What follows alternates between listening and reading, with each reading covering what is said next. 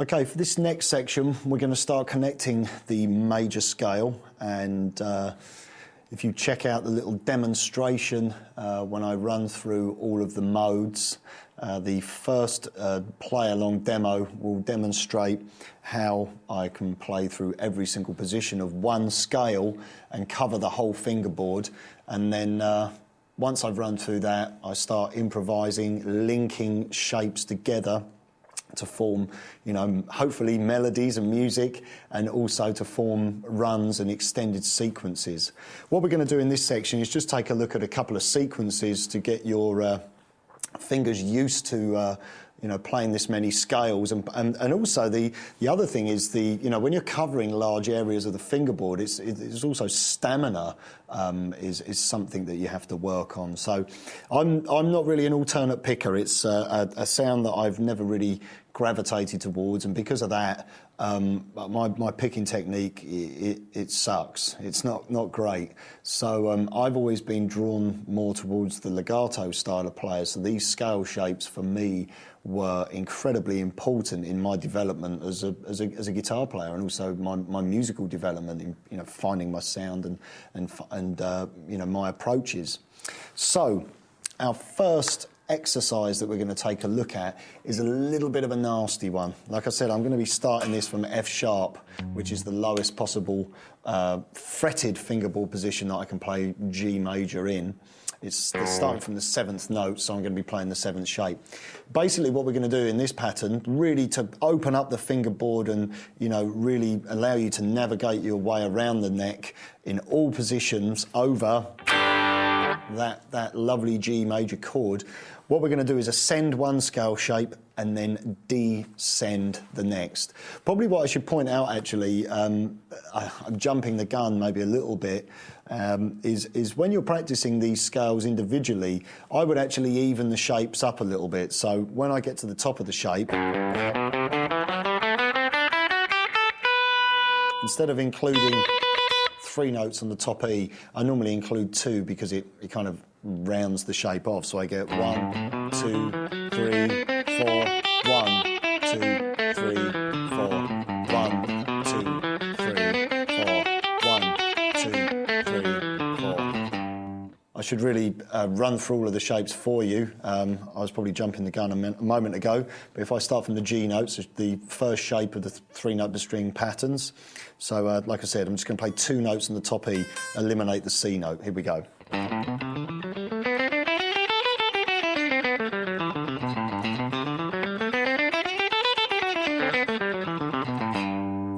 Okay, from shape 2, starting from the A note, I'm going to eliminate the D on the top.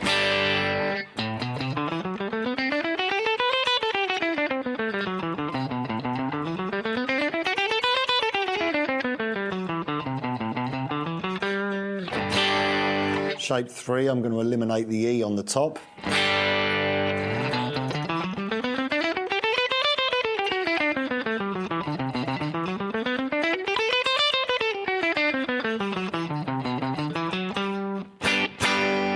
Shape 4, I'm going to eliminate the F sharp from the top. So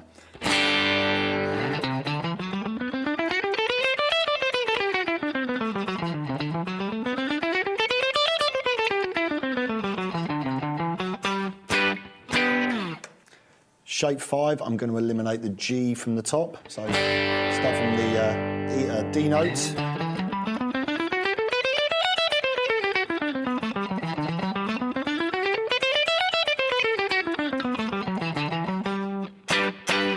Shape 6, I'm going to eliminate the, let me think, the A note from the top. So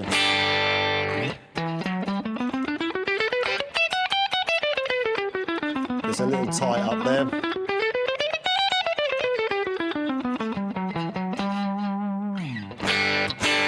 Shape 7, I'm going to eliminate the B note from the top.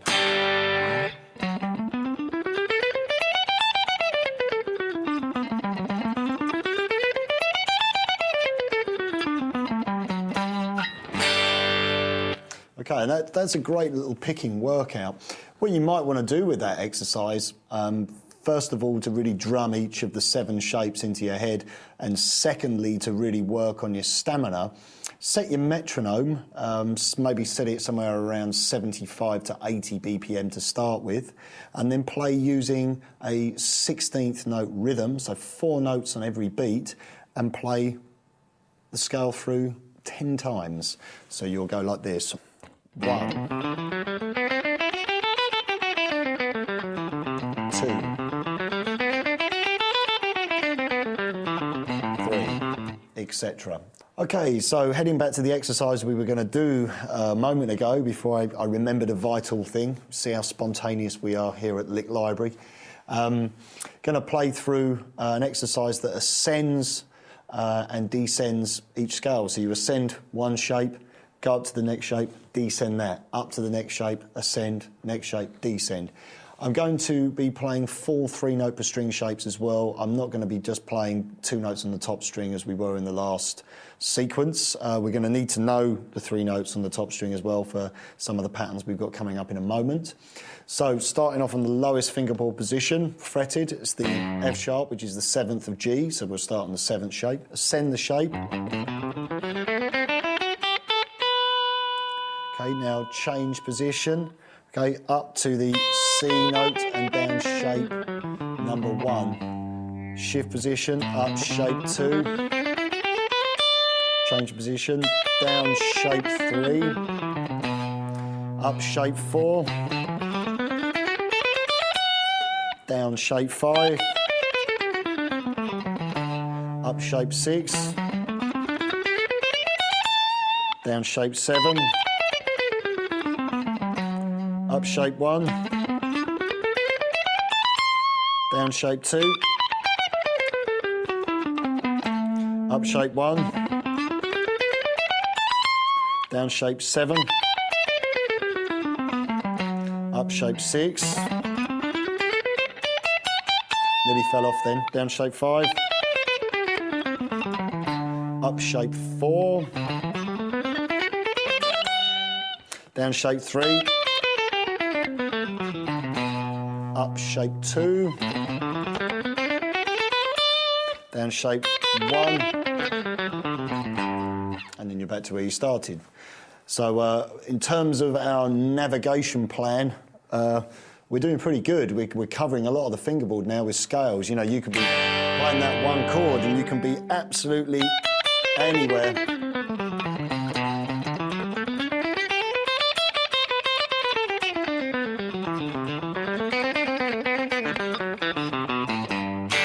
I can just move my way around the scale. So I'll play through that exercise for you and see if you can play along. Here we go. 1, 2, 3, 4.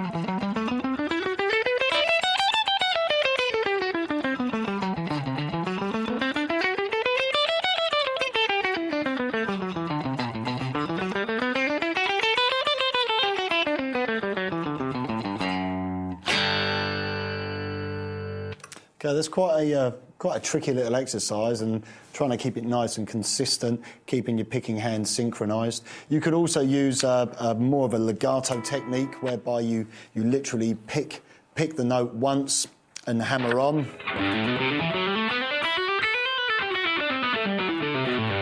I tend to pick a little more than I realise sometimes when I'm playing legato, and sometimes these fingers creep in as well, so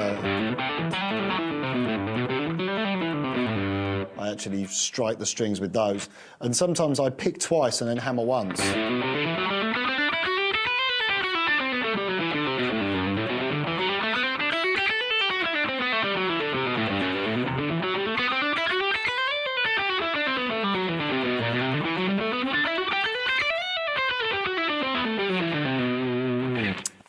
Okay, our next pattern is a very, very common sequence which some of you may have seen before. It basically means that we ascend and descend the scale in groups of 4. So if we're in G major, that will go up 4 notes. Turn my distortion off before we do this. Up 4 notes, so 3, 5, 7, and then 3 on the A. And then start on the 5th fret, 5, 7, and then 3, 5 on the A string, 7 on the E, 3, 5, 7 on the A, 3, 5, 7 on the A, 4 on the D, 5, 7 on the A, 4, 5 on the D, 7 on the A, 4, 5, 7 on the D, 4, 5, 7 on the D, 4 on the G, 5, 7 on the D, 4, 5 on the G, 7 on the D, 4, 5, 7 on the G, 4, 5, 7 on the G, 5 on the B, 5, 7 on the G, 5, 7 on the B, 7 on the G, 5, 7, 8 on the B, 5, 7, 8 on the B, 5 on the E, 7, 8 on the B, 5, 7 on the top E, 8 on the B, 5, 7, 8 on the top E. Here we go. So.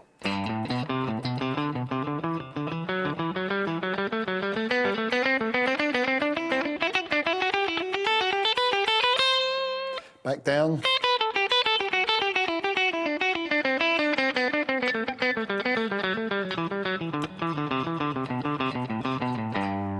Now that's another great little picking exercise. The only thing is, and I've even hesitated there, how many years I've been playing that little pattern. That's always a difficult crossover. So I started messing around with ways to get from one shape to the next without actually, keeping the same formula of the sequence, but without staying in the same position, moving to another position. Let's say, for instance, we start off, keep the pattern the same, ascending in groups of 4. Start on the 2nd fret of the E. I can now shift up to the 7th fret A. So far.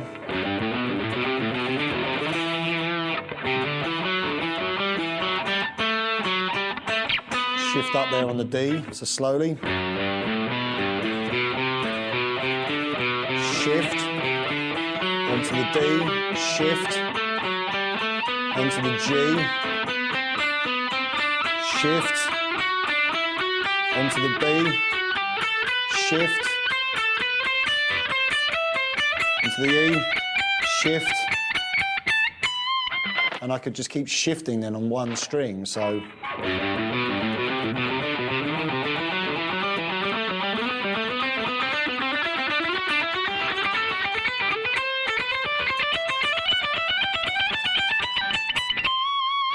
And you can see how we've managed to go from the 2nd fret way up to the 20th fret.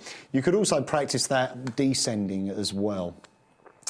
Okay, moving on to some other interesting ideas of connecting these shapes and eventually, freeing the fingerboard up and, really being able to navigate your way around the board as opposed to sticking to one position. You can actually play patterns on single strings. So you might play 3, 5, 7 on the top E, 5, 7, 8, 7, 8, 10, 8, 10, 12, 10, 12, 14, 12, 14, 15, 14, 15, 17, and then 15, 17, 19. So, and we can move that gradually across strings. So start on the 4th fret G, so 4, 5, 7, 5, 7, 9, 7, 9, 11, onto the B, 5, 7, 8, 7, 8, 10, 8, 10, 12, then 5, 7, 8, 7, 8, 10, 8, 10, 12, and so on. So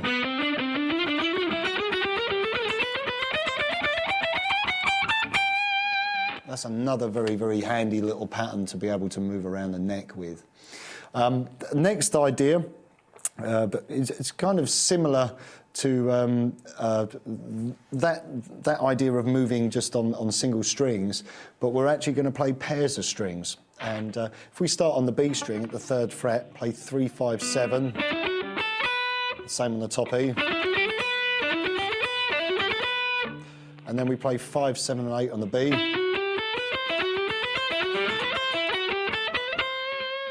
now we play 7, 8, 10 on the B and the E, 8, 10, 12 on the B and the E, 10, 12, 13 on the B, 10, 12, 14 on the E,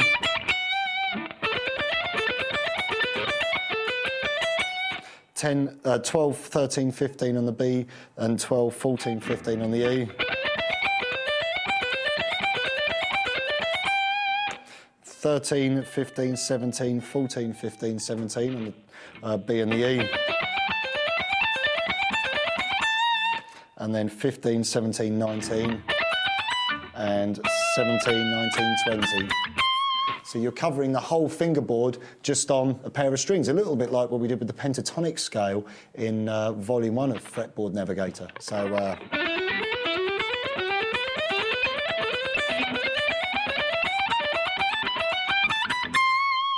you can play other patterns, maybe something like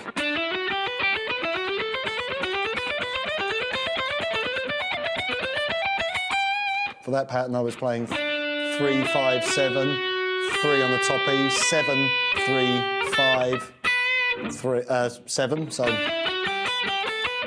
3, 5, 7, 3, 7, 3, 5, 7. And move that shape.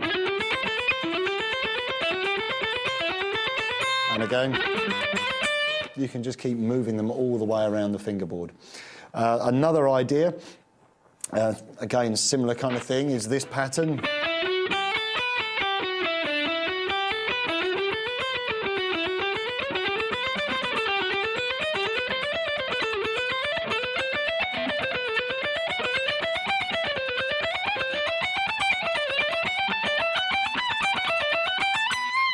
Similar kind of thing, which is going 3, 5, 7, 3, 5, 7, 5, 3, 7, 5, 3, 5, 7, 3, 5, 7. You can also incorporate some of the legato technique into that as well.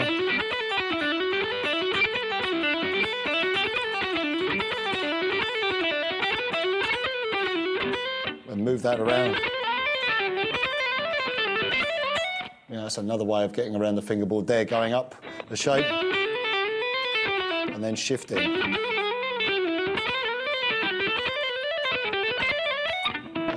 You can traverse the neck in all pairs of strings. You can do it on the bottom E and A, on the D and the G. You can move absolutely everywhere. The A string and the D string.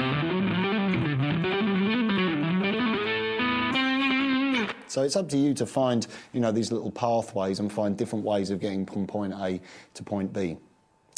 I'm going to show you another little run now, and this is a run that I use all the time. I love this pattern. We start off on the 2nd fret of the bottom E, and we play 2, 3, 5, 2, 3, 5 on the A, back to 3, 2. We then slide up to 3 and repeat the pattern. So we go 3, 5, 7, 4, 5, 7, 4, 5, 4. Now slide 5, 7, 9, 5, 7, 9, 7, 5, 7, 9, 11. So up to there. Now we play 8, 10, 12, 10, 8, 10, 12, 13, 10, 12, 14, 12, 10, 12, 14, 15, and then 17. So again, covering a lot of the neck.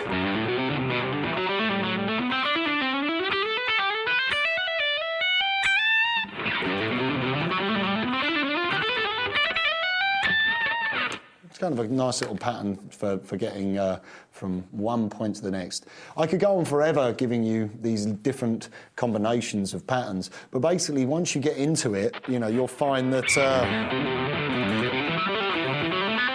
you literally just link the shapes.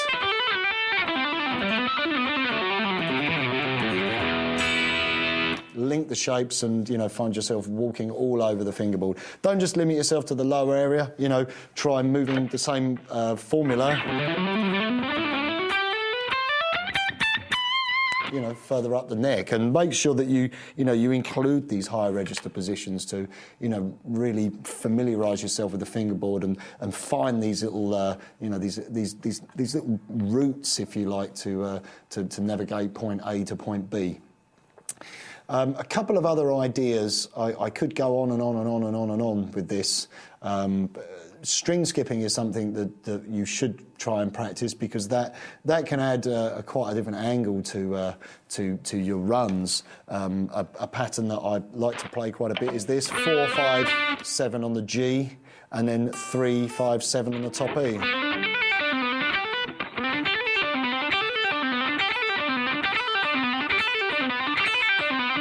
And you can move that diatonically.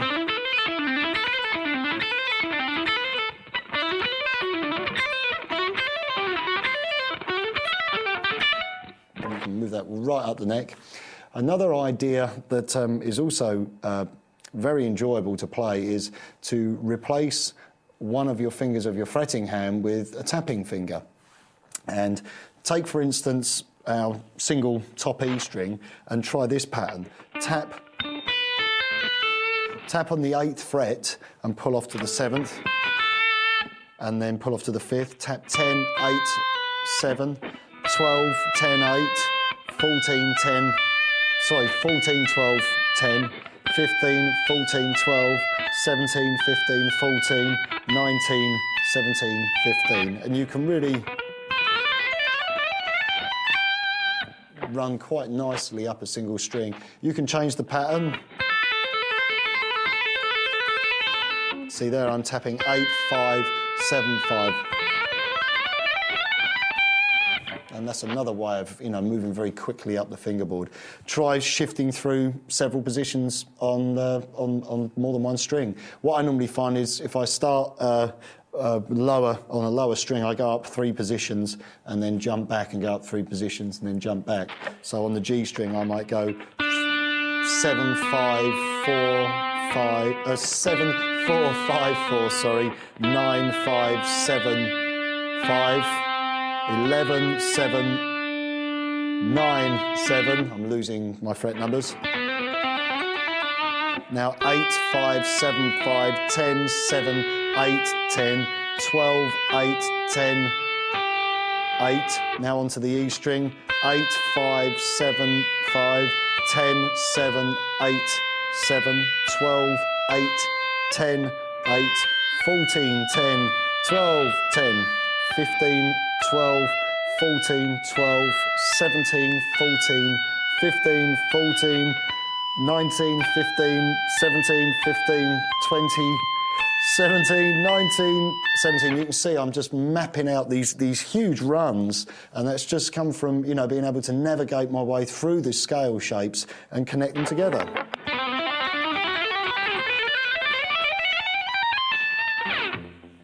You see, it's a really, really effective tool, that, for getting from one point to the neck to another. We can also replace, like I said, the third finger, play whole runs. So,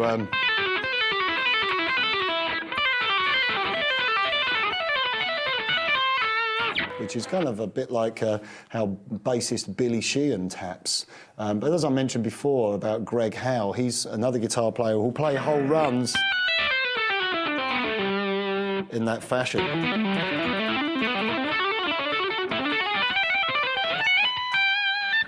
And you can, you know, link the neck and, you know, to your heart's content, really.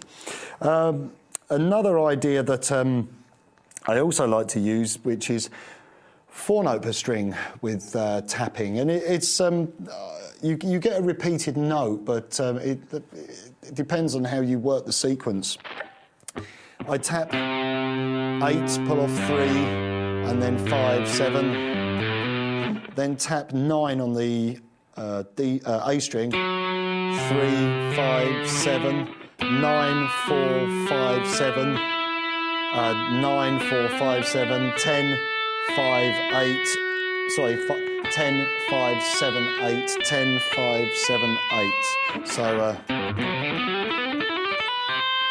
and you can move that all over the place.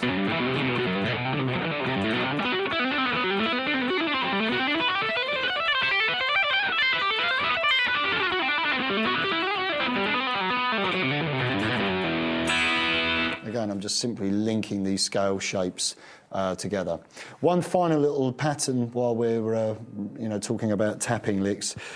Way up the neck here, this is kind of a bit like one of those descending picking sequences, which what I'm actually doing here is, if I do it in the right key, we tap in 17, pull off 15, pull off 14, tap 15, pull off 14, pull off 12. And then hammer 15 on the B string.